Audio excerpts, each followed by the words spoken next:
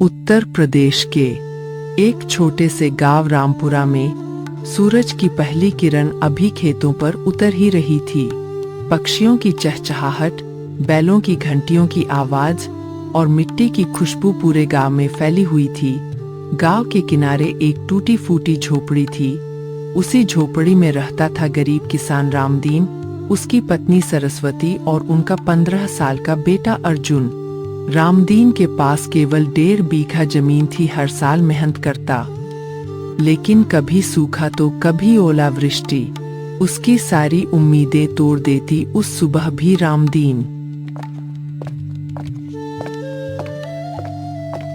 अर्जुन बेटा उठ जा, सुबह हो गई। अंदर से नींद भरी आवाज आई। बाबूजी अभी तो अंधेरा है। जिसके घर गरीबी रहती है ना बेटा, उसके लिए सूरज सबसे पहले निकलता है। चल उठ, खेत भी जाना है और फिर स्कूल भी। अर्जुन तुरंत उठ बैठा। जी बाबूजी 5 मिनट दीजिए, अभी आता हूँ। रसोई में सरस्वती चूल्हे पर रोटियां सेंक रही थी। अर्जुन, पहले 2 रोटी खा ले, खाली पेट खेत जाएगा तो चक्कर आ जाएगा।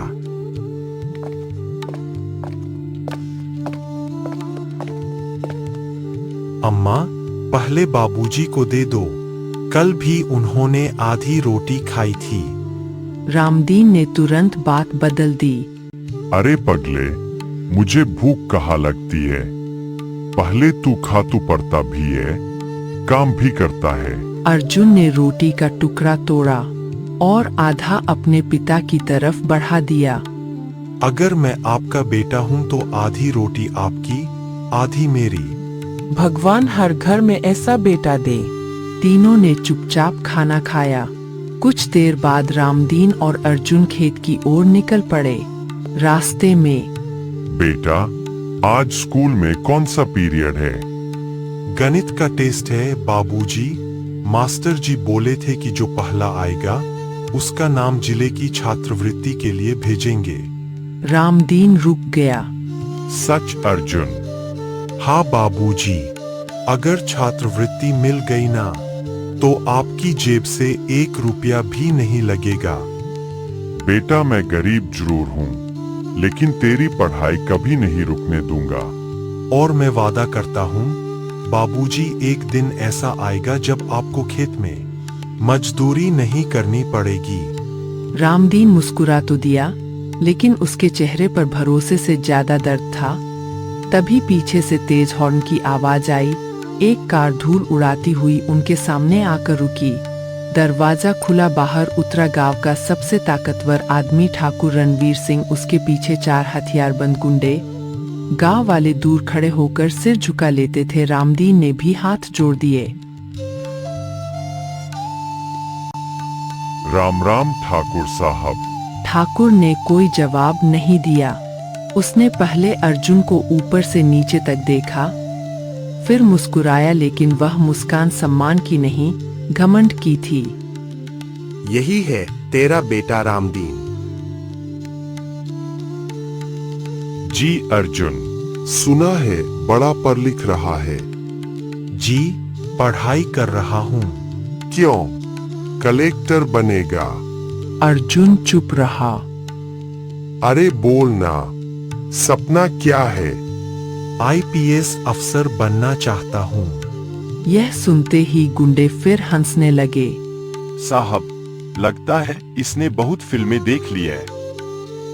अरे इसके घर में तो रंग की छत नहीं है और साहब बनना चाहता है। ठाकुर अर्जुन के बिल्कुल सामने आ गया।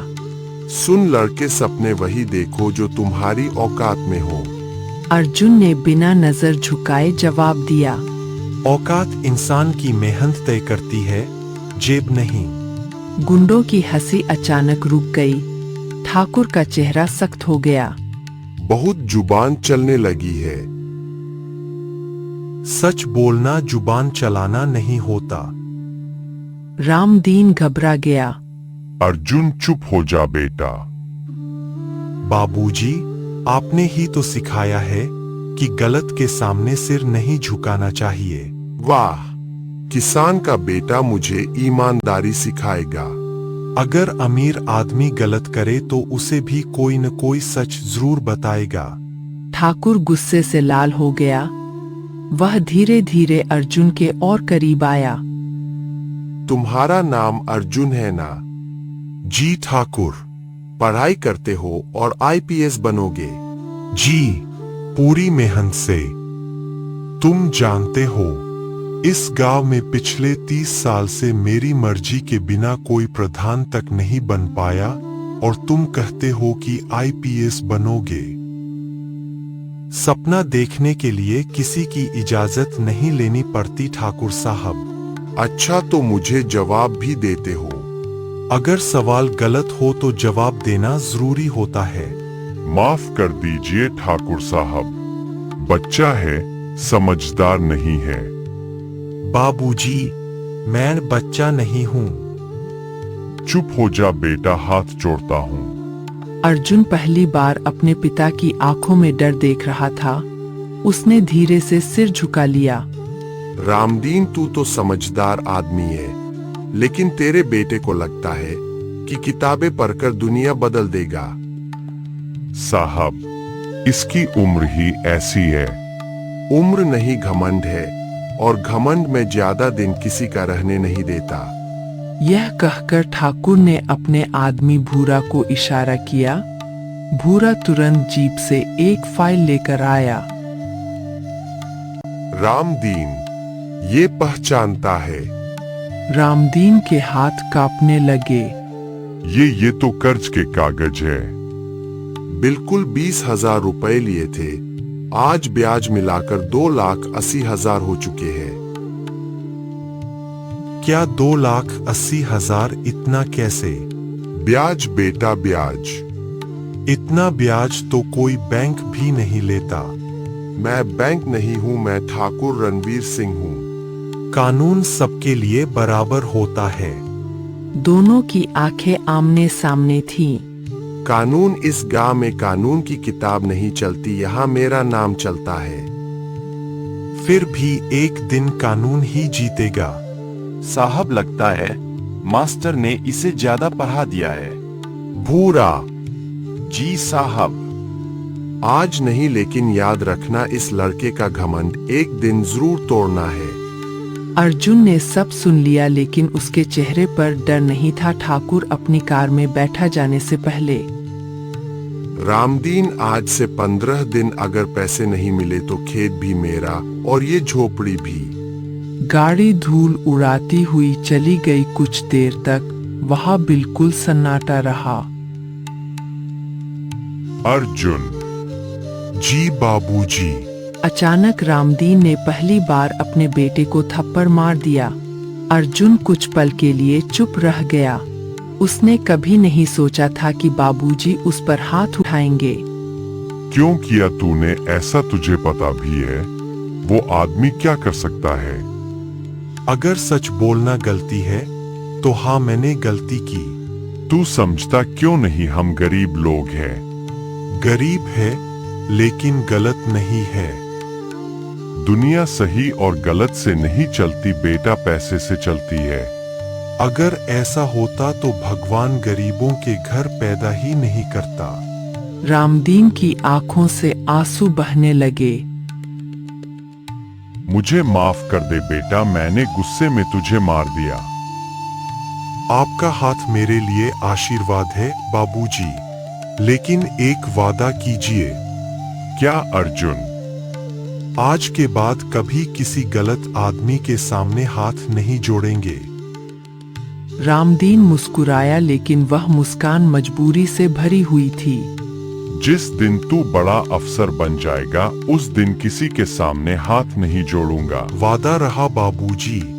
मैं सिर्फ आईपीएस नहीं बनूंगा, मैं ऐसा अफसर बनूंगा जिसके सामने कोई गरीब रोएगा नहीं और कोई ठाकुर किसी की मजबूरी नहीं खरीदेगा। उसी समय दूर खड़ा ठाकुर का आदमी भूरा यह सारी बातें सुन रहा था। उसने तुरंत मोबाइल निकाला और किसी को फोन मिलाया। साहब, लड़का सिर्फ सपना नहीं देख रहा, इरादा भी बहुत बड़ा रखता है। फोन के दूसरी तरफ से ठाकुर की आवाज आई। फिर उसका सपना शुरू होने से पहले ही खत्म कर दो। रात के करीब 9 बजे थे। गांव में चारों तरफ सन्नाटा पसरा हुआ था। दूर कहीं कुत्तों के भौंकने की आवाज आ रही थी। रामदीन के घर में मिट्टी का छोटा सा दिया जल रहा था। सरस्वती रोटी बना रही थी। अर्जुन चारपाई पर बैठा किताब खोलकर पढ़ रहा था, लेकिन उसका ध्यान किताब में कम और ठाकुर की धमकी पर ज्यादा था। तभी दरवाजे पर किसी ने जोर जोर से दस्तक दी। ठक ठक ठक। इतनी रात को कौन आया होगा? तू अंदर ही रह, मैं देखता हूँ। रामदीन ने जैसे ही दरवाजा खोला, सामने आदमी खड़े थे, हाथों में लाठी, चेहरे पर कपड़ा बंधा हुआ। उनके पीछे भूरा खड़ा मुस्कुरा रहा था। रामदीन ठाकुर साहब ने याद किया है। इस समय? हाँ, अभी रामदीन। लेकिन बात क्या है भूरा? वहाँ चलकर पता चल जाएगा। अर्जुन बाहर आ गया। उसने भूरा को देखते ही पहचान लिया। अगर कोई बात करनी है तो यही करो। अरे वाह, छोटा साहब भी बाहर आ गया। डराने आए हो क्या? नहीं, सिर्फ याद दिलाने आए हैं कि इस गांव में किसकी चलती है। सच की? भूरा की हंसी गायब हो गई। भूरा बहुत बोलता है अर्जुन। गलत सुनता हूँ इसलिए बोलना पड़ता है। रामदीन अपने लड़के को समझा ले, नहीं तो एक दिन इसकी जुबान हमेशा के लिए बंद हो जाएगी। सरस्वती डरकर बाहर आ गई।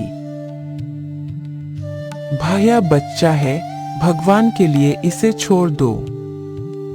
हम भगवान की नहीं ठाकुर की सुनते हैं। मेरे परिवार को डराना बंद करो, वरना अर्जुन, वरना एक दिन यही डर तुम्हारे चेहरे पर होगा।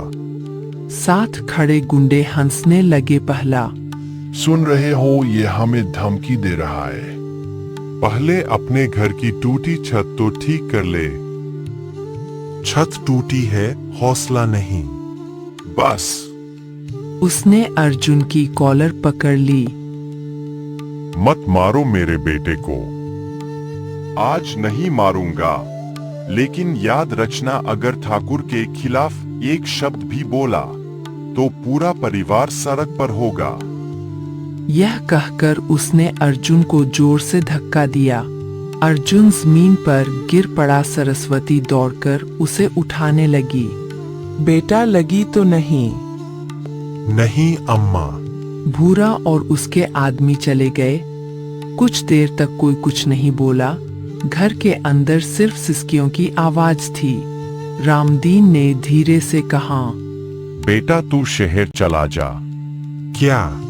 हाँ, जब तक ठाकुर का गुस्सा शांत नहीं हो जाता तू अपने मामा के यहाँ रह ले। मतलब मैं डरकर भाग जाऊं? इसे भागना मत समझ, मैं तुझे बचाना चाहता हूँ। अगर आज मैं चला गया तो गांव वाले क्या सीखेंगे? मुझे गांव वालों की नहीं, तेरी जान की चिंता है। और मुझे आपकी इज्जत की। तुम दोनों मेरी बात क्यों नहीं सुनते? मुझे न आईपीएस चाहिए न ठाकुर से लड़ाई। मुझे बस मेरा परिवार सही सलामत चाहिए। अम्मा, अगर मैं पढ़ लिखकर बड़ा अफसर बन गया तो सबसे पहले इस गांव की हर माँ के आंसू रोकूंगा। बेटा, इतनी बड़ी बातें मत किया कर। बड़ी बातें नहीं, बड़े सपने हैं। उसी समय दरवाजे के बाहर किसी की आवाज आई। रामदीन घर पर हो? रामदीन बाहर निकला। सामने स्कूल के मास्टर दयानंद खड़े थे। अभी अभी मुझे सब पता चला। मास्टर जी, अब क्या होगा? मास्टर जी ने अर्जुन की तरफ देखा। अर्जुन, तू सच में आईपीएस बनना चाहता है? जी मास्टर जी। तो आज से खेलना बंद, समय बर्बाद करना बंद, बहाने बनाना बंद, और एक बात, जिस दिन तू थक जाए उस दिन अपने बाबूजी के फटे हुए हाथ देख लेना, तेरे अंदर फिर से ताकत आ जाएगी। मैं वादा करता हूँ जब तक इस वर्दी को हासिल नहीं करूँगा तब तक हार नहीं मानूंगा। मास्टर जी मुस्कुराए, लेकिन उन्हें नहीं पता था कि अगले ही दिन ठाकुर रणवीर सिंह एक ऐसी चाल चलने वाला था जिससे अर्जुन की पढ़ाई हमेशा के लिए छिन सकती थी। अगली सुबह पूरा गांव पंचायत चौपाल में इकट्ठा था। ठाकुर रणवीर सिंह अपनी बड़ी कुर्सी पर बैठा था, जबकि रामदीन, सरस्वती और अर्जुन लोगों की भीड़ के बीच खड़े थे। चारों तरफ सन्नाटा था, क्योंकि सब जानते थे कि आज सिर्फ जमीन का नहीं, एक गरीब परिवार की इज्जत का फैसला होने वाला है। रामदीन, आज तेरे लिए आखिरी मौका है। अगर तू सबके सामने हाथ जोड़कर अपनी गलती मान ले और ये कह दे कि आगे से मेरा कोई विरोध नहीं करेगा, तो शायद मैं तेरा थोड़ा बहुत कर्ज माफ कर दूं। लेकिन अगर तेरे इस पढ़े लिखे बेटे ने आज फिर जुबान चलाई, तो याद रखना मैं सिर्फ तेरी जमीन नहीं लूंगा, बल्कि इस गांव में ऐसा उदाहरण बनाऊंगा कि आने वाले 100 साल तक कोई गरीब आदमी अमीर के सामने आंख उठाकर बात करने की हिम्मत नहीं करेगा। ठाकुर साहब, मैंने जिंदगी भर आपकी इज्जत की है, कभी आपके खिलाफ एक शब्द नहीं बोला। अगर मुझसे कोई गलती हुई है तो उसकी सजा मुझे दे दीजिए, लेकिन मेरे बेटे को इस लड़ाई में मत घसीटिए। उसने सिर्फ पढ़ना सीखा है, किसी का हक छीनना नहीं। मैं गरीब जरूर हूँ, लेकिन एक बाप हूँ। अपने बेटे का भविष्य बर्बाद होते हुए अपनी आंखों से नहीं देख सकता। बाबूजी, आप बार बार इनके सामने हाथ क्यों जोड़ रहे हैं? आपने कोई चोरी नहीं की, कोई पाप नहीं किया। आपने मेहनत की, खेत में पसीना बहाया और परिवार को पालने के लिए कर्ज लिया। मजबूरी अपराध नहीं होती। अगर आज हम सच बोलने से डर गए, तो कल यही लोग किसी और गरीब किसान के घर जाकर उसकी इज्जत भी ऐसे ही खरीदने की कोशिश करेंगे। अर्जुन, बात सोच समझकर करना बेटा। आज तेरे हर शब्द का असर सिर्फ तेरे परिवार पर नहीं, पूरे गांव पर पड़ेगा।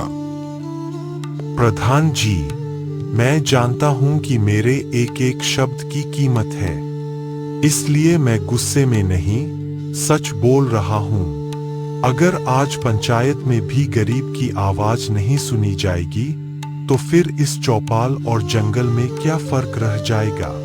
मैं यहाँ किसी से लड़ने नहीं आया, मैं सिर्फ इतना चाहता हूँ कि मेरे बाबूजी के साथ इंसाफ हो। अगर उन्होंने कर्ज लिया है, तो हम मेहनत करके लौटाएंगे, लेकिन किसी की मजबूरी का फायदा उठाकर उसकी जमीन छीन लेना इंसाफ नहीं, जुल्म है। बहुत बड़ी बड़ी बातें करने लगा है तू। लगता है 2 किताबें क्या पढ़ ली, खुद को कानून का मालिक समझने लगा। सुन लड़के, इस गांव में फैसला कानून नहीं करता, मेरी बात करती है। जिन लोगों को तू अपना गवाह समझ रहा है, वही लोग शाम होते होते मेरे दरवाजे पर खड़े मिलेंगे, क्योंकि उन्हें पता है कि मेरी दुश्मनी का मतलब क्या होता है। तू अभी बच्चा है, इसलिए आखिरी बार समझा रहा हूँ, अपने बाप का हाथ पकड़ और चुपचाप यहाँ से चला जा। अर्जुन बेटा, मेरी बात मान ले। मैं तेरी आंखों में आग देख रहा हूँ, लेकिन इस आग में कहीं हमारा घर ही न जल जाए। मैंने पूरी जिंदगी गरीबी झेली है, अपमान सहा है, मगर हर बार यही सोचकर चुप रहा कि मेरा बेटा पढ़ लिख कर वो इज्जत कमाएगा जो मैं कभी नहीं कमा सका। मैं नहीं चाहता कि तेरी एक बात की वजह से तेरे सारे सपने आज यही खत्म हो जाए। बाबूजी, सपने बोलने से नहीं टूटते, डरने से टूटते हैं। अगर आज मैं चुप हो गया, तो जिंदगी भर खुद को माफ नहीं कर पाऊंगा। आपने मुझे हमेशा सिखाया कि मेहनत की कमाई सबसे बड़ी दौलत होती है और सच से कभी पीछे नहीं हटना चाहिए। आज अगर मैं उसी सीख पर चल रहा हूं, तो आप मुझे रोक क्यों रहे हैं? मुझे आपकी इज्जत बचानी है, सिर्फ जमीन नहीं। अर्जुन की बातें सुनकर चौपाल में बैठे कई बुजुर्ग किसानों की आंखें भर आईं। पहली बार गांव के लोगों को लगा कि एक गरीब किसान का बेटा सिर्फ अपने पिता के लिए नहीं, बल्कि पूरे गांव के सम्मान के लिए खड़ा हुआ है। लेकिन ठाकुर रणवीर सिंह के चेहरे पर बढ़ता हुआ गुस्सा बता रहा था कि अब वह कोई बहुत बड़ी चाल चलने वाला है। अर्जुन, तेरी बातें सुनकर ऐसा लगता है जैसे तू सच में खुद को बहुत बड़ा योद्धा समझता है, लेकिन तू एक बात भूल रहा है कि लड़ाई सिर्फ हिम्मत से नहीं जीती जाती, सबूतों से भी जीती जाती है। और मेरे पास वो सबूत है जिसके सामने तेरी सारी दलीलें खत्म हो जाएंगी। जिस दिन तेरे बाप ने मुझसे पैसे लिए थे, उसी दिन इस स्टाम्प पेपर पर अंगूठा भी लगाया था। आज पूरी पंचायत के सामने मैं साबित कर दूंगा कि ये जमीन कानूनी तौर पर मेरी है। उसके बाद न तू बोलेगा न ये गांव तेरी बात सुने। ठाकुर साहब, आपने पूरी जिंदगी लोगों को डराया होगा, इसलिए आपको लगा होगा कि कोई इस कागज को पढ़ेगा ही नहीं। लेकिन आपने एक गलती कर दी। इस कागज में मेरे बाबूजी का अंगूठा तो है, पर कहीं भी ये नहीं लिखा कि उन्हें इसकी शर्तें पढ़कर सुनाई गई थीं। यहाँ ब्याज की दर भी साफ नहीं लिखी, गवाह भी आपके अपने आदमी हैं। कानून सिर्फ कागज नहीं देखता, ये भी देखता है कि कागज कैसे बनवाया गया। आपने समझा था कि गरीबी का मतलब अनपढ़ होना है, लेकिन आपने ये नहीं सोचा कि गरीब का बेटा पढ़ लिखकर एक दिन आपकी हर चाल समझ जाएगा। प्रधान जी, आज पहली बार किसी ने हमारी भी बात कही है। हमसे भी ऐसे ही अंगूठे लगवाए गए थे। हमें कभी हिसाब नहीं बताया गया, हम डरते रहे, इसलिए चुप रहे। अगर आज भी हम चुप रहे तो हमारे बच्चों का भविष्य भी यही होगा। पंचायत का मतलब सिर्फ ताकतवर की बात सुनना नहीं होता, गरीब को न्याय देना भी होता है। आज फैसला सिर्फ रामदीन की जमीन का नहीं, पूरे गांव की इज्जत का है। ठाकुर रणवीर सिंह, आज तक हमने आपकी बात पर भरोसा किया, लेकिन अब बिना जांच के कोई फैसला नहीं होगा।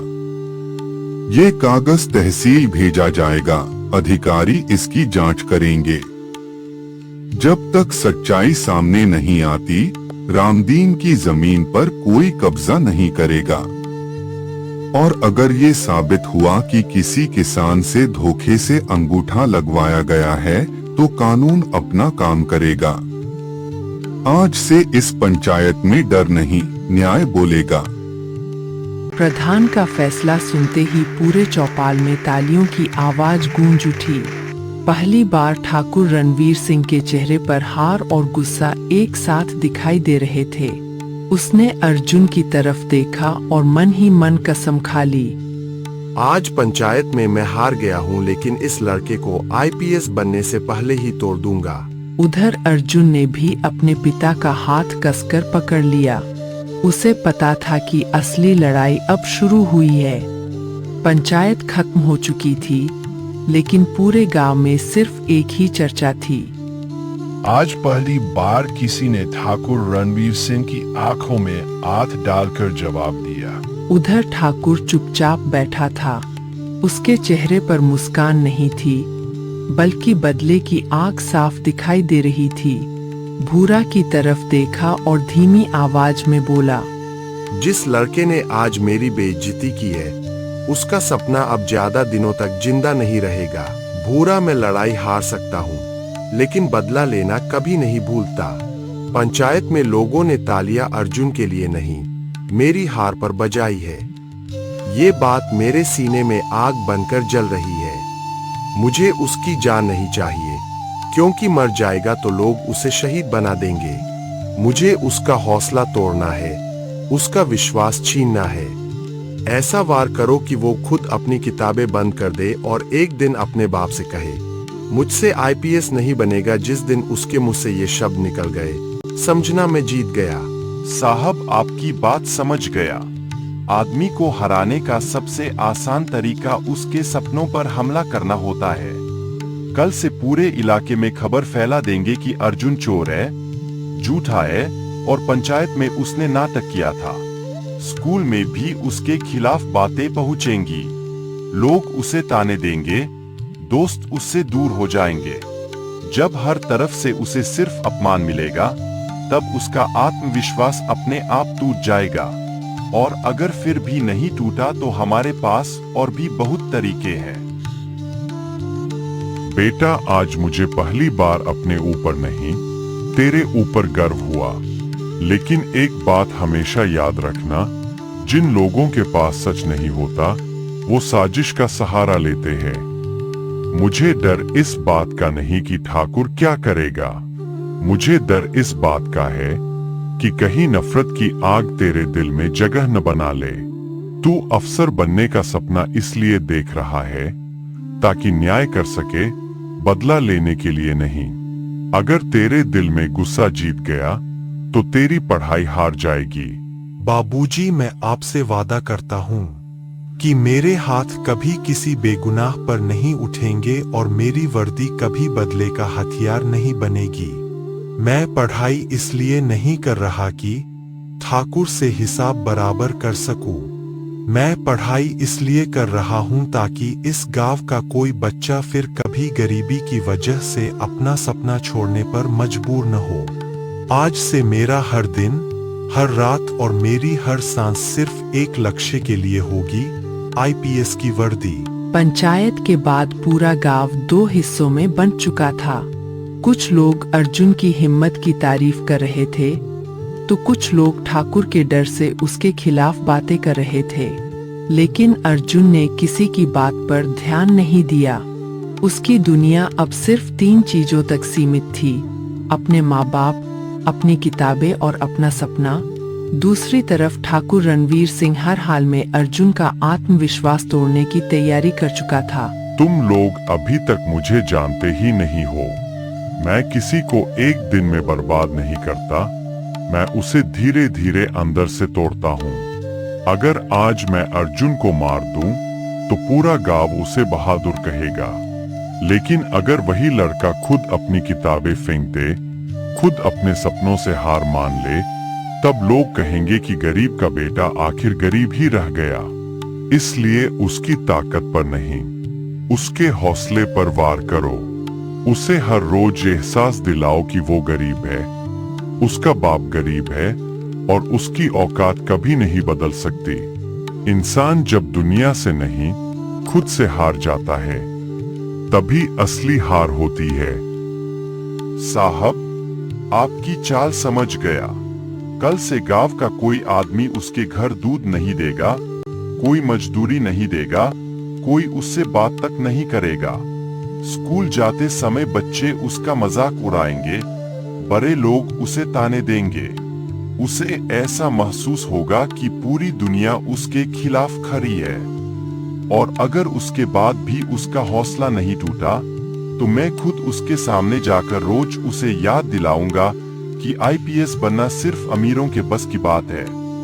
देखते हैं उसकी किताबें जीतती है या हमारी चाल। अगले दिन सुबह अर्जुन हमेशा की तरह स्कूल जाने के लिए निकला। हाथ में पुराना बैग था, पैरों में घिसी हुई चप्पल और चेहरे पर वही आत्मविश्वास। लेकिन जैसे ही वह गांव की गली से गुजरा, कुछ लोग उसे देखकर धीरे धीरे बातें करने लगे। कुछ हंस रहे थे, कुछ ताने मार रहे थे।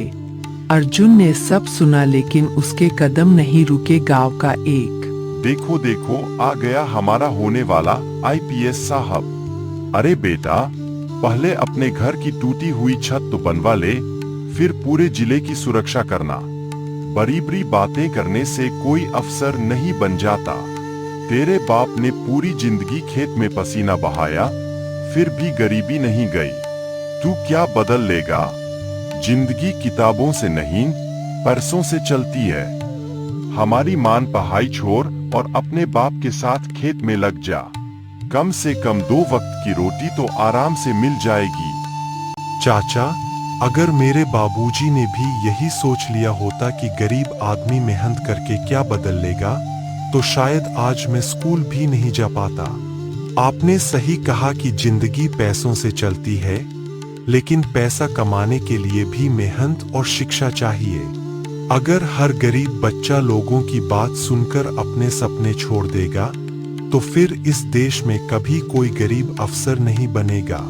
मैं आपकी बात का बुरा नहीं मानता, क्योंकि मुझे पता है कि आप वही बोल रहे हैं जो आपने पूरी जिंदगी देखा है। लेकिन मैं वही करूंगा जो मैंने पूरी जिंदगी बनने का सपना देखा है।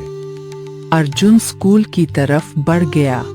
उसे नहीं पता था कि उसी दिन ठाकुर ने उसके लिए एक और जाल बिछा दिया था। इस बार हमला उसके घर पर नहीं, उसकी पढ़ाई पर होने वाला था। पंचायत की घटना को 3 दिन बीत चुके थे।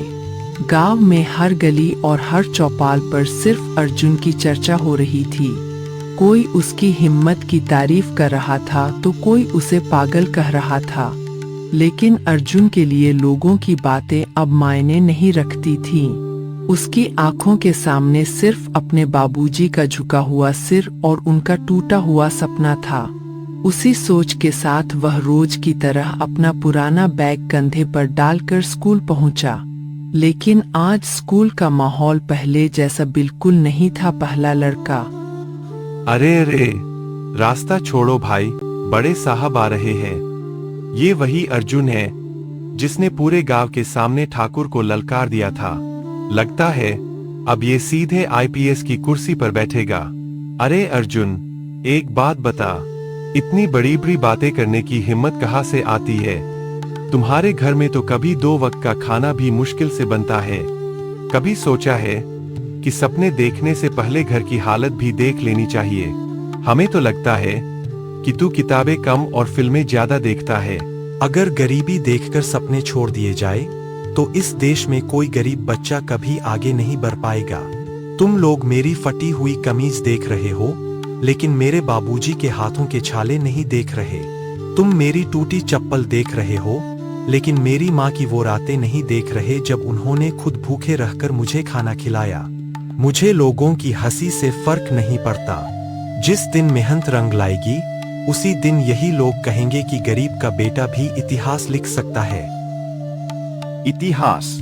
अरे भाई, इतिहास लिखने वाले लोग शहरों में पढ़ते हैं। उनके पास कोचिंग होती है, किताबें होती है, पैसे होते हैं। तू गांव का एक साधारण लड़का है।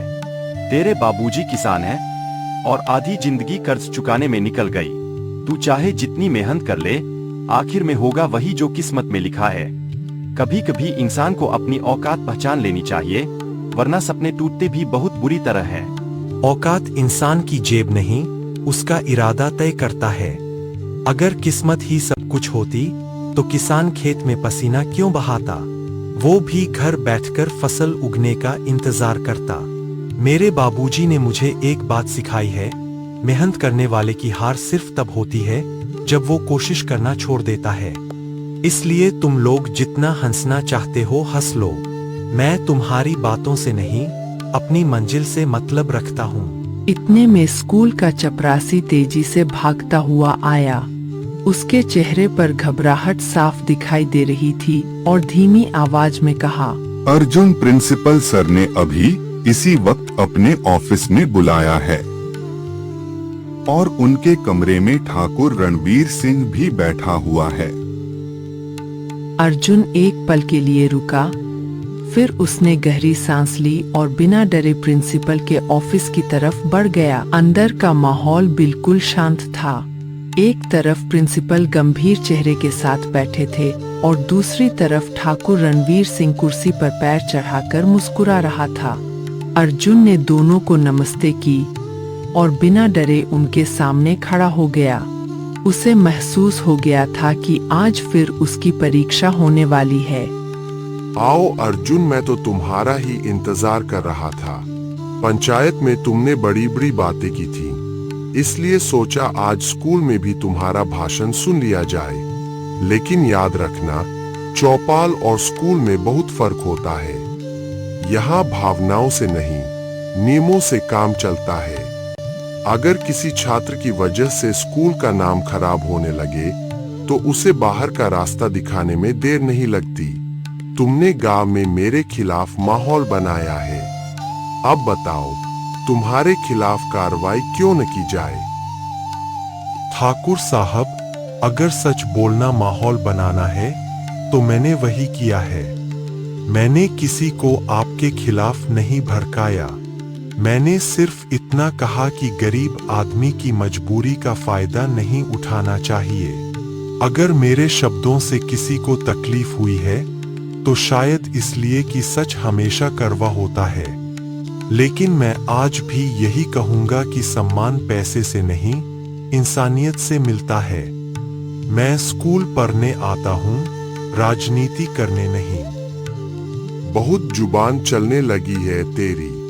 तुझे लगता है कि 2 किताबें पढ़कर तू मुझे कानून समझाएगा?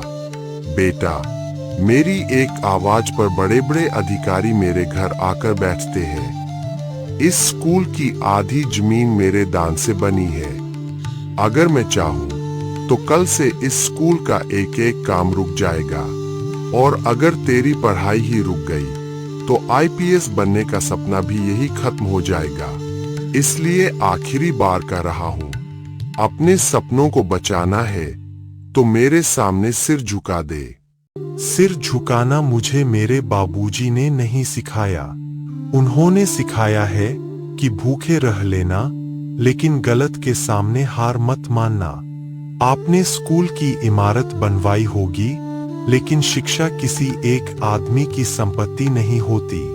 अगर आज मैं डरकर चुप हो गया तो कल इस स्कूल का हर गरीब बच्चा डरकर जीना सीखेगा। मैं अपनी पढ़ाई छोड़ सकता हूँ, लेकिन अपना आत्मसम्मान नहीं छोड़ सकता। और जहां तक आईपीएस बनने की बात है, उस सपने पर मेरा नहीं, मेरे माता पिता का हक है। मैं उसे किसी के डर से नहीं छोड़ूंगा। बस अब बहुत हो गया। यह स्कूल किसी की निजी जागीर नहीं है। ठाकुर साहब, आपने इस स्कूल की मदद की है, इसके लिए हम आपका सम्मान करते हैं। लेकिन इसका मतलब यह नहीं कि किसी छात्र का भविष्य आपकी नाराजगी के आधार पर तय होगा। अर्जुन इस स्कूल का सबसे मेहनती छात्र है। जब तक उसके खिलाफ कोई वास्तविक गलती साबित नहीं होती, तब तक कोई कार्रवाई नहीं होगी। और अर्जुन, तुम भी याद रखना, तुम्हारी सबसे बड़ी ताकत तुम्हारी पढ़ाई है। गुस्से में कभी अपनी मंजिल मत भूलना। प्रिंसिपल की बात सुनकर ठाकुर का चेहरा गुस्से से लाल हो गया। वह बिना कुछ बोले कुर्सी से उठा, अर्जुन को घूरते हुए ऑफिस से बाहर निकल गया। जाते जाते उसने सिर्फ एक बात कही, अर्जुन, अब तक मैं तेरे रास्ते में कांटे बिछा रहा था, अब मैं पूरा रास्ता ही बंद कर दूंगा। समय किसी के लिए नहीं रुकता। पंचायत का विवाद, ठाकुर की धमकियां और लोगों के ताने, सबके बीच अर्जुन ने एक ही चीज नहीं छोड़ी, अपनी पढ़ाई। दिन में खेत में अपने पिता का हाथ बंटाता, रात में लालटेन की रोशनी में घंटों पढ़ता। कई बार नींद किताबों पर ही आ जाती, लेकिन हर सुबह वह फिर उसी जुनून के साथ उठ खड़ा होता। देखते ही देखते 12वीं में पूरे जिले में पहला स्थान आया। फिर कॉलेज और उसके बाद यूपीएससी की तैयारी। पहला प्रयास असफल रहा, दूसरा भी सफल नहीं हुआ, लेकिन अर्जुन ने हार नहीं मानी। बेटा, आज तेरे चेहरे पर वही मायूसी है जो कई साल पहले मेरी आंखों में हुआ करती थी। लेकिन एक फर्क है, मैं मजबूरी से हार जाता था, तू कोशिश करते करते थक गया है। याद रख, खेत में बोया गया हर बीज पहली बारिश में पेड़ नहीं बनता। उसे धूप भी सहनी पड़ती है, आंधी भी और कई बार सूखा भी। लेकिन जो बीज जमीन छोड़ने की जिद नहीं करता, वही एक दिन बरगद बनता है। अगर तू आज हार मान गया तो सिर्फ अपना सपना नहीं तोड़ेगा, उस भरोसे को भी तोड़ देगा जो तेरी माँ और मैंने तेरे ऊपर रखा है। इसलिए आंसू पोंछ किताब उठा और फिर से शुरुआत कर। बाबूजी, जब भी मैं टूटने लगता हूँ आपकी बातें मुझे फिर से खड़ा कर देती है। सच कहूं तो कई बार लगा कि शायद लोग सही कहते थे कि गरीब का बेटा इतना बड़ा सपना नहीं देख सकता। लेकिन फिर मुझे आपका झुका हुआ सिर याद आता है। मुझे वो दिन याद आता है जब आपने अपनी भूख छिपाकर मुझे खाना खिलाया था। मुझे अम्मा की वो मुस्कान याद आती है जो हर मुश्किल में भी मेरा हौसला बढ़ाती थी। आज मैं खुद से वादा करता हूँ कि चाहे एक बार, 2 बार या 10 बार असफल क्यों न हो जाऊं, कोशिश करना कभी नहीं छोड़ूंगा। जिस दिन सफलता मिलेगी वो सिर्फ मेरी नहीं होगी, पूरे गांव के हर गरीब बच्चे की जीत होगी। तीसरे प्रयास का परिणाम घोषित होने वाला था। पूरा परिवार एक छोटे से मोबाइल के सामने बैठा था। अर्जुन के हाथ कांप रहे थे। उसने अपना रोल नंबर डाला और स्क्रीन पर नजर टिक गई। कुछ सेकंड बाद परिणाम सामने था। Congratulations, selected for Indian police service IPS। Ramdeen की आंखों से आंसू बहने लगे। सरस्वती ने भगवान का धन्यवाद किया। बाबूजी, ये वर्दी मेरी नहीं, आपकी है। अगर आपने खेत में पसीना न बहाया होता, अगर अम्मा ने अपनी भूख छिपाकर मुझे खाना न खिलाया होता, तो आज मैं यहाँ तक कभी नहीं पहुँच पाता। लोग कहेंगे कि अर्जुन IPS बन गया, लेकिन मैं जानता हूँ कि इस वर्दी के हर सितारे पर आपके त्याग का नाम लिखा है। आज मैं आपसे एक वादा करता हूँ कि इस वर्दी का इस्तेमाल कभी किसी गरीब को डराने के लिए नहीं, बल्कि उसे न्याय दिलाने के लिए करूँगा। 2 साल बाद अर्जुन की पहली पोस्टिंग उसी जिले में हुई। पूरे गांव में खुशी की लहर दौड़ गई। वही चौपाल, वही लोग, लेकिन आज माहौल बदल चुका था। जिस रास्ते पर कभी लोग रामदीन का मजाक उड़ाते थे, उसी रास्ते पर आज फूल बिछाए जा रहे थे। तभी पुलिस की एक गाड़ी गांव में दाखिल हुई। गाय बैठा था ठाकुर रणवीर सिंह। कई किसानों की जमीन हड़पने, फर्जी कागज बनवाने और सरकारी रिकॉर्ड में धोखाधड़ी के मामले में अदालत ने उसकी गिरफ्तारी का आदेश दिया था। अर्जुन वक्त ने सच में सब बदल दिया। जिस लड़के को मैं कभी अपने सामने खड़ा होने लायक नहीं समझता था, आज वही IPS अफसर बनकर मेरे सामने खड़ा है। मैंने पूरी जिंदगी ताकत और पैसे पर भरोसा किया, इसलिए मुझे लगा कि हर इंसान खरीदा जा सकता है। लेकिन मैं गलत था। आज अगर हो सके तो मुझे माफ कर देना। शायद मेरे कर्मों की सजा मुझे मिलनी ही थी। IPS। ठाकुर साहब, अगर मैं सिर्फ अर्जुन होता तो शायद आपको माफ भी कर देता, लेकिन आज मैं एक IPS अधिकारी हूँ। मेरे लिए अपना पराया कोई नहीं, सिर्फ कानून है। आपने सिर्फ मेरे परिवार के साथ अन्याय नहीं किया, आपने उन किसानों की उम्मीदें छीनी जो मेहनत करके अपने बच्चों का भविष्य बनाना चाहते थे। कानून आपको सजा देगा, मैं नहीं। लेकिन मैं इतना जरूर कहूंगा कि अगर उस दिन आपने गरीबों का सहारा बनने का फैसला किया होता, तो आज हथकड़ी नहीं, सम्मान आपके हाथ में होता। ठाकुर को पुलिस अपने साथ ले गई। पूरा गांव तालियों से गूंज उठा। रामदीन ने अपने बेटे को गले लगा लिया। उनकी आंखों में गर्व था और अर्जुन की आंखों में विनम्रता। गरीबी इंसान की मंजिल तय नहीं करती, उसका हौसला तय करता है। माता पिता का त्याग कभी व्यर्थ नहीं जाता, और शिक्षा वह ताकत है जो सबसे बड़े अन्याय के सामने भी इंसान को सिर उठाकर जीना सिखाती है।